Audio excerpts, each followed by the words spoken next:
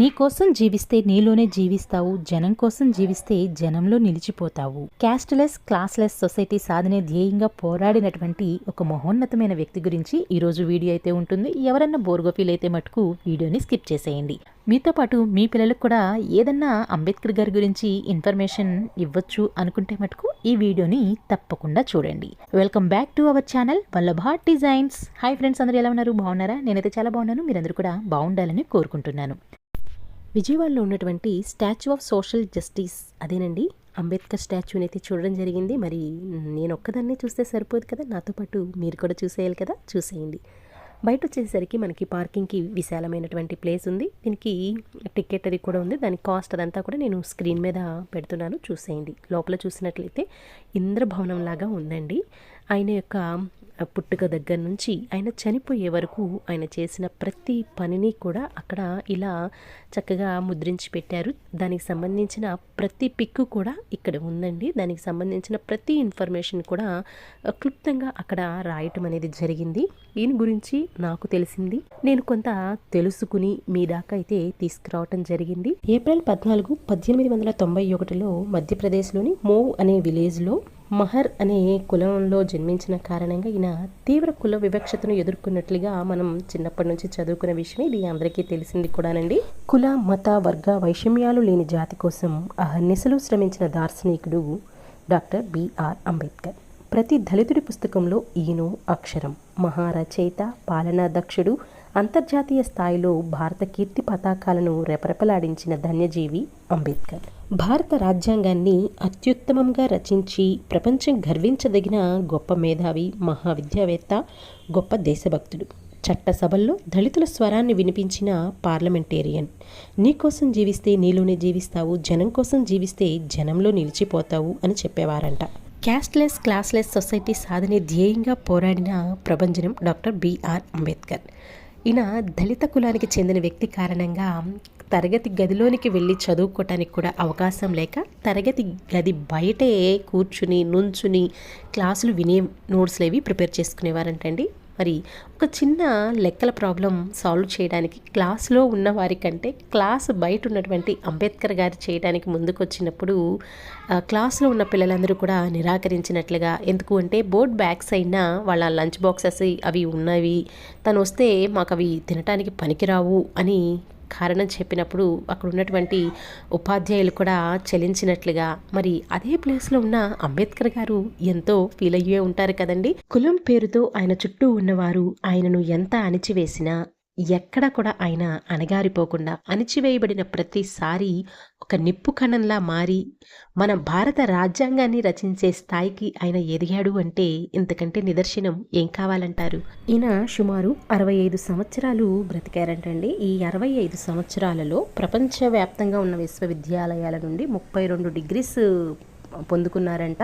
అంతేకాకుండా భారతదేశంలో ఎక్కువ డిగ్రీస్ ఉన్న వ్యక్తిగా కూడా మనం అంబేద్కర్ గారినే చెప్పుకుంటాం. ఇవన్నీ కూడా నేను చెప్తున్న మాటలు కాదండి, అక్కడున్న ఏవైతే రాసి ఉన్నాయో వాటి మీద ఉన్నటువంటి మ్యాటర్ని నేను క్లుప్తంగా మీ దాకా తీసుకురావటం జరిగింది. ఈ బ్లాక్ అండ్ వైట్ థీమ్లోకి వెళ్ళిన తర్వాత మనం ఆ టైంలోకి వెళ్ళిపోయామేమో అన్నంత బాగున్నాయండి. చూసిన కొద్దీ ఇంకా ఈ మ్యూజియంలో వస్తూనే ఉన్నాయండి ఆయనకి సంబంధించిన ఇన్ఫర్మేషన్ అయితే. ఇది తప్పకుండా పిల్లలకి చూపించాలండి. ఎందుకంటే ఈ రోజుల్లో చదువు చాలా ఈజీ అయిపోయింది, కానీ ఆ రోజుల్లో మరి ఆయన చదువుకోవటానికి తరగతి బయటే కూర్చుని అంత శ్రద్ధగా చదివి ఇంతగా ఎదిగారు అంటే ఈ రోజున మనకి అన్ని అవకాశాలు ఉన్నా చదువుకోవటం అనేది చాలా కష్టంగా భావించే వాళ్ళు చాలామంది ఉన్నారు కదా. ఇలాంటివి చూపించినప్పుడు వాళ్ళకు కూడా ఇన్స్పిరేషన్గా కూడా ఉంటుంది కదండి. వీలుంటే మీరు విజయవాడ కనుక వెళితే తప్పకుండా ఈ ప్లేస్ని విజిట్ చేయండి, చాలా బాగుంటుందండి. మనకి అంబేద్కర్ గారి గురించి ప్రతి విషయం కూడా ఇందులో చక్కగా ఆయన లైఫ్లో ఇంపార్టెంట్ రోల్స్ ఏవైతే ఉన్నాయి, ఆయన ఏమేమి చేశారు, ప్రతి ఒక్కటి చిన్న పాయింట్ని కూడా అక్కడ చక్కగా పొందుపరిచారు. కాబట్టి మనకు కూడా కొంత తెలుసుకోవచ్చు, పిల్లలకి చెప్పిన వాళ్ళం కూడా అవుతామండి. ఇక్కడున్న పిక్స్ చూసారా, ఇవి నిజంగా ఒరిజినల్గా ఒక మనిషి అక్కడ కూర్చుని ఏదో రాస్తున్నట్లుగా అనిపించిందండి సడన్గా చూస్తే. తర్వాత దగ్గరికి వెళ్ళి చూస్తే ఈ విధంగా ఉంది, చాలా బాగుందండి. చూస్తున్నారు కదా, మొత్తం కూడా బ్లాక్ అండ్ వైట్ థీమేనండి. అప్పట్లో జరిగినవన్నీ కూడా ఆయన ఎవరెవరిని మీట్ అయినాయి, ఆయన యొక్క లైఫ్ ఏంటి అనేది మొత్తం కూడా ఇందులోనే చూపించేసేసారు. తప్పకుండా విజిట్ అవ్వండి, చాలా బాగుంటుంది. ఆయన 17వ ఏటన పెళ్ళైనట్లుగా, రమాబాయి అనే వ్యక్తిని ఆయన వివాహం చేసుకున్నాక ఆవిడని చదివించినట్లుగా, ఆ తర్వాత ఆవిడ కాలం చేసినట్లుగా, తర్వాత వేరే బ్రాహ్మణ స్త్రీని ఆయన వివాహం చేసుకున్నట్లుగా కూడా మొత్తం ఇన్ఫర్మేషన్ అయితే ఉంది. ఇది వచ్చేసరికి చక్కగా ఒక చెట్టు కింద కూర్చుని ఆయన ఏడుస్తున్నట్లుగా ఉందండి.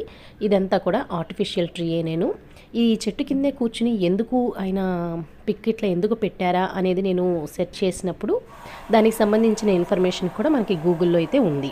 ఏంటి అంటే ఆయన ఫారెన్లో చదువుకునేటప్పుడు ఇక్కడ జాబ్ అవకాశం అనేది వచ్చిన తర్వాత ఆయన ఇక్కడికి రావటం జరిగింది. ఇక్కడ జాబ్ చేస్తున్నప్పుడు ఆయన ఉండటానికి ఎక్కడ కూడా వసతి అనేది ఎవరు కల్పించకపోతే ఒక సత్రంలో ఉన్నారంటండి. ఈయన క్యాస్ట్ అనేది ఆ సత్రం యజమానికి తెలియక అద్దెకిచ్చినట్లుగా తర్వాత తెలుసుకుని ఉన్న ఫలాన ఖాళీ చేసేసేయమని సామాన్లన్నీ బయటికి గెంటేసి మెడపట్టి బయటికి గెంటినప్పుడు ఆయన అలా చెట్టు కింద కూర్చుని ఏడుస్తున్నట్లుగా మన గూగుల్లో సెర్చ్ చేసినప్పుడు ఇట్లా ఉన్నదండి మ్యాటర్ అయితే.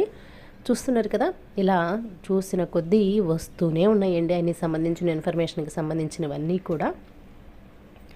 అక్కడ పెట్టినటువంటి ప్రతి బొమ్మ కూడా చక్కగా రియల్గా ఉందా అన్నట్లుగా అనిపించింది. చాలా బాగుందండి.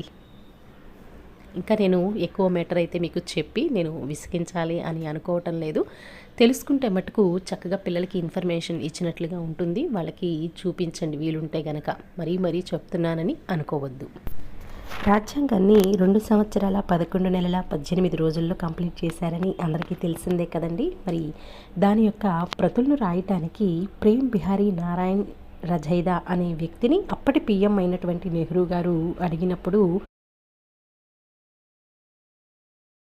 ఒక చిన్న షరతు పెట్టి రాయటం జరిగిందంటండి. ఆ షరతు వచ్చేసరికి ప్రతి పేజీ మీద, అంటే రాజ్యాంగం రాసేటప్పుడు ప్రతి పేజీ మీద తన పేరును రాసుకుంటానని, లాస్ట్ పేజీలో తన పేరుతో పాటు తన తాతగారి పేరుని కూడా మెన్షన్ చేస్తానని చెప్పి ఆయన చిన్న కండిషన్ పెట్టినప్పుడు నెహ్రూ దానికి అంగీకరించిన తర్వాత రాజ్యాంగాన్ని ఇంగ్లీష్ ఇటాలిక్ స్టైల్లో రాయటం జరిగింది అని చెప్పి చదవటం జరిగింది. ఇంతకు మించి చెప్తే మీరు బోర్గా ఫీల్ అవుతారు కాబట్టి నేను మ్యూజిక్ యాడ్ చేస్తున్నాను. వీడియోని అయితే మటుకు స్కిప్ చేయకుండా లాస్ట్ వరకు చూడండి.